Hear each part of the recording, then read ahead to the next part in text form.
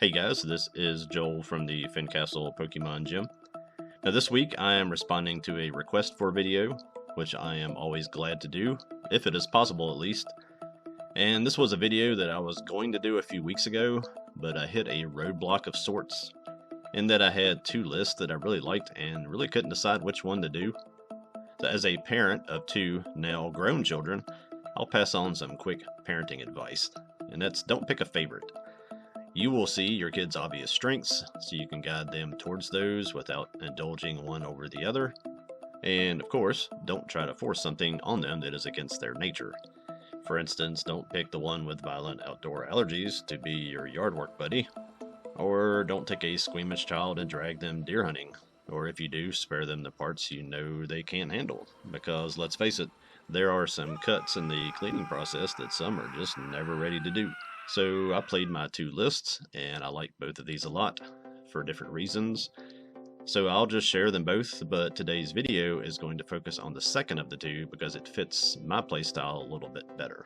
So without further ado, here is my first child. This is more of a hybrid, almost a box deck that attacks with both Hydreigon and Zoroark EX.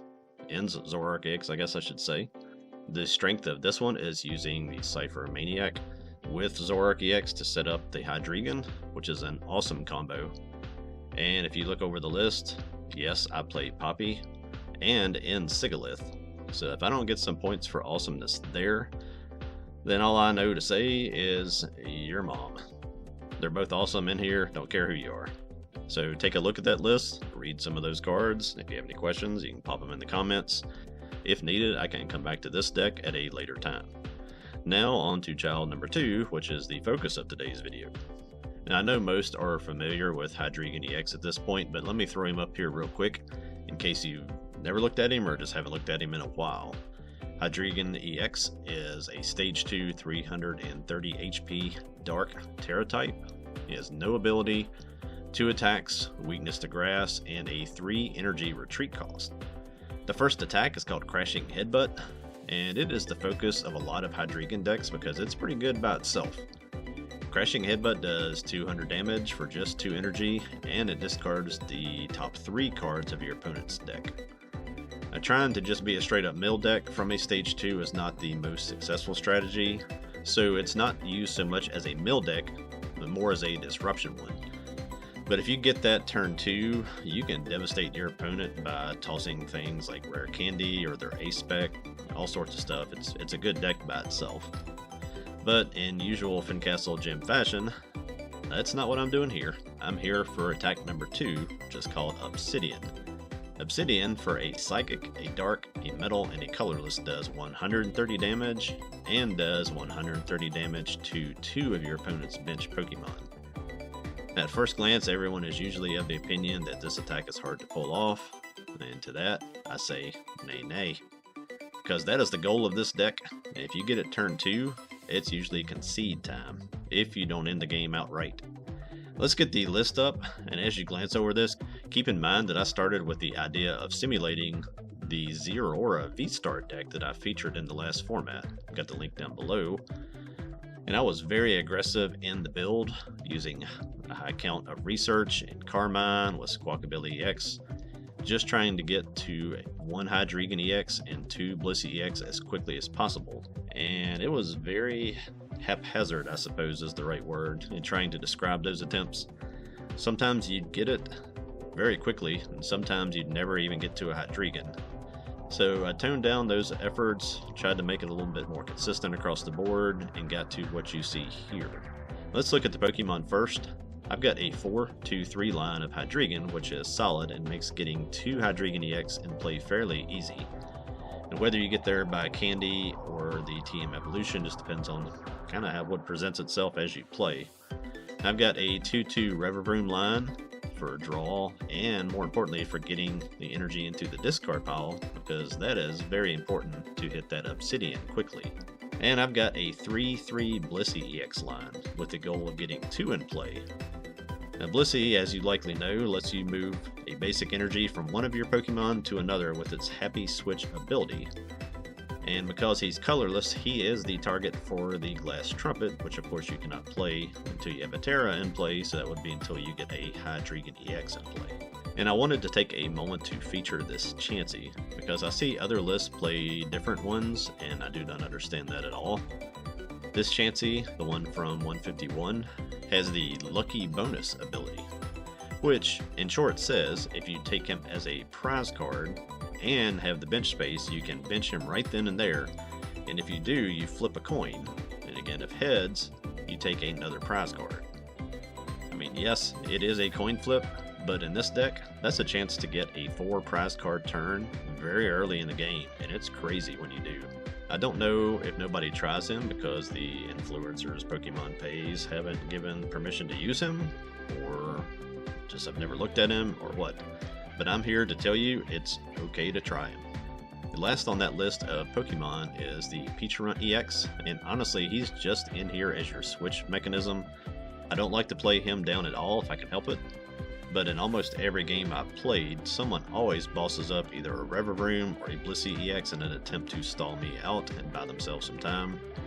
So a simple ball search lets you get him on your bench, and switch back to Hydreigon.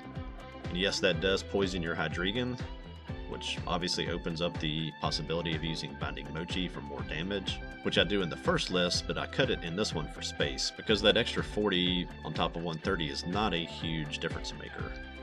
Now onto the items. Using Arven to get that Trolley TM Evolution play is the ideal opening for this deck, but there is enough of a mix to get out at a bare minimum 1 Dano, 2 Chansey, and anything beyond that, you're just cooking with butter. Now often 1 Trumpet is enough during a game, so I've got 3 in here just for consistency's sake. Same goes for the Vessel, and I've got 2 gear to try and hit those Arven if you don't open with 1, which takes us right on to the supporters. You can see it's a very straightforward count. And also you see with the stadiums there, I added 2 Artisan, because you can't get any of the Chansey, whichever one you play, with something like Poffin. So this just helps you down that path. It's another option to get him out. And back to the main list, you can see the energy line here is pretty thin, but it's sufficient. There's just 4 dark, and then 2 psychic and 2 metals, but that really is all you need. And I think that covers everything. As always, ask in the comments if I skipped anything or something needs clarification. Just ask down there. These stage 2 decks always look like they have a lot of things going on, but they're really not as complicated as they look. So let's just get into some play and see what this thing can do. This first match is against Marnie's Grimmsnarl EX, and I'm going to claim some partial credit for Shaymin being in all of the lists at Nationals, because as I played this for 3 or 4 days of recording, I beat this deck over and over like dough in a biscuit cook-off, because they didn't have any way to protect their bench. I actually go second in this match. Went and used that Artisan to get down a Chansey. I've got Arven, so I'm going to use the play I've talked about earlier. Go ahead and use Trolley and get a full bench, and also get my Evolution tool. Before we get to that step though, I want to use Earthen Vessel, get Dark and Psychic out. I'm going to attach Dark to the active. I'm going to go ahead and get my Evolution tool there, and then we're just going to hold what we have, and we're going to evolve into Zweilous and to Revavroom. Revavroom will enable us to get that Psychic energy into the discard pile on the next turn. And on their turn, you can see they had that 2-card hand. They got a few more basics out and attached an energy, and that was it. So back to me. On top of Rare Candy, which makes this even easier to do. So I'm going to evolve my active to Hydreigon EX. Go ahead and evolve to Blissey. And like I said, I'll use this Revavroom, get rid of Psychic, draw into the Steel, which is perfect. I'm going to go and use Glass Trumpet. I've got my Terra in play, and there's 2 Color of the Sky, so 1 to Chansey, 1 to Blissey. I'll attach Steel to the active. Then I'm going to Ultra Ball away Rare Candy and Artisan. Now I'll get that second Blissey with that. And remember, this is turn 2. Got all these guys rolling and all the energy I need. I just need to move them up with Blissey's Happy Switch. I also found out in this process, I clicked the wrong way the first time on this move, that you can right click and back out of who you selected. I almost kind of screwed that up with the inside TCG Live, but Got that corrected, all 4 energies up. I'm going to take out both Impidimp and the active Snorunt, basically crippling everything they have going. And then off of 3 prizes there, I will take another Hydreigon EX. Some more items. I guess they contemplate this for a second and see there's nowhere to go, so they just concede.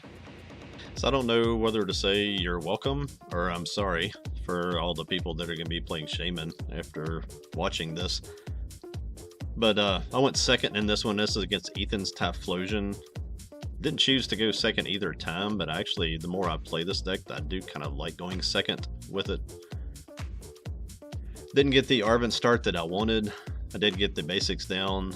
Basically everybody that you need went ahead and Iono'd. I don't like to Iono so early because I don't like to refresh their hand.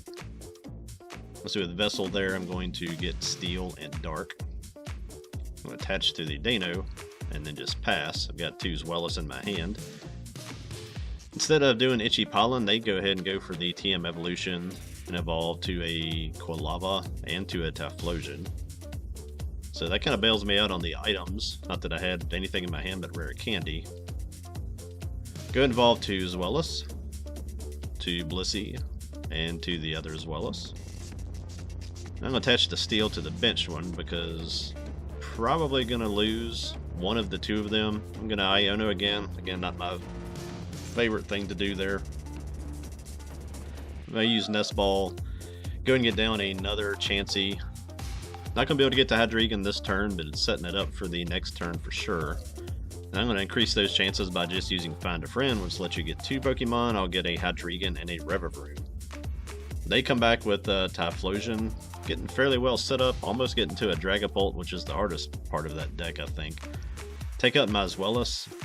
So I send up the one I had on my bench, evolve him to Hydreigon, evolve to Revavroom. Got my Glass Trumpet. I'll get Psychic and Dark to Chansey and Blissey. Then I'll use Vessel and go ahead and get Psychic and Dark. Attach Dark to the active. And then I'm going to use Arven to get Ultra Ball, and I'll go ahead and get another Evolution Disc just so I can throw that away. It's good fodder for Ultra Ball at this point. Ultra Ball away that and the Dark Energy. Get that second Blissey. So we'll evolve there. We've got the energy ready to go.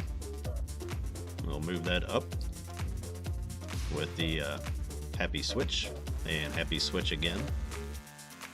Not going to be able to take out the Typhlosion, but definitely hurt what they've got going on the bench there. We'll use Revavroom, go ahead and draw, get down another Dano, and then we will Obsidian. 130 to the active, and then we'll go 130 to Quilava. And then we'll go 130 to that Dracloak, so it does not become a Dragapult. That's honestly the biggest concern I see playing against this thing. I'll take 2 prizes there, and off of the prizes I get a Chansey, so I can try my lucky bonus. I will. Got room to bench him, flip the coin, get heads. So there is an extra prize card for doing nothing other than playing the right Chansey. Onto their turn, they get Gravity Mountain. Hit me for 220, not going to be enough. Really nothing they can do at this point, already down 3. So I'm not going to prolong it, I'm just going to Obsidian, finish off that active Typhlosion, get a Dreepy and another Dreepy, and I will just take 3 more prizes. In that game, that was turn 3 to get Obsidian, and turn 4 to end the game. So only 3 of the top 10 decks at Nationals played Shaymin. I saw him scattered through some list, but it really was not that prevalent. I'm really not sure why we were given another mana fee basically, just in the form of Shaymin, when bench attacks are not as prevalent as the overuse of Munkidori is. In my opinion, the Adrena Brain ability should have been on Munkidori EX instead of the single prize version.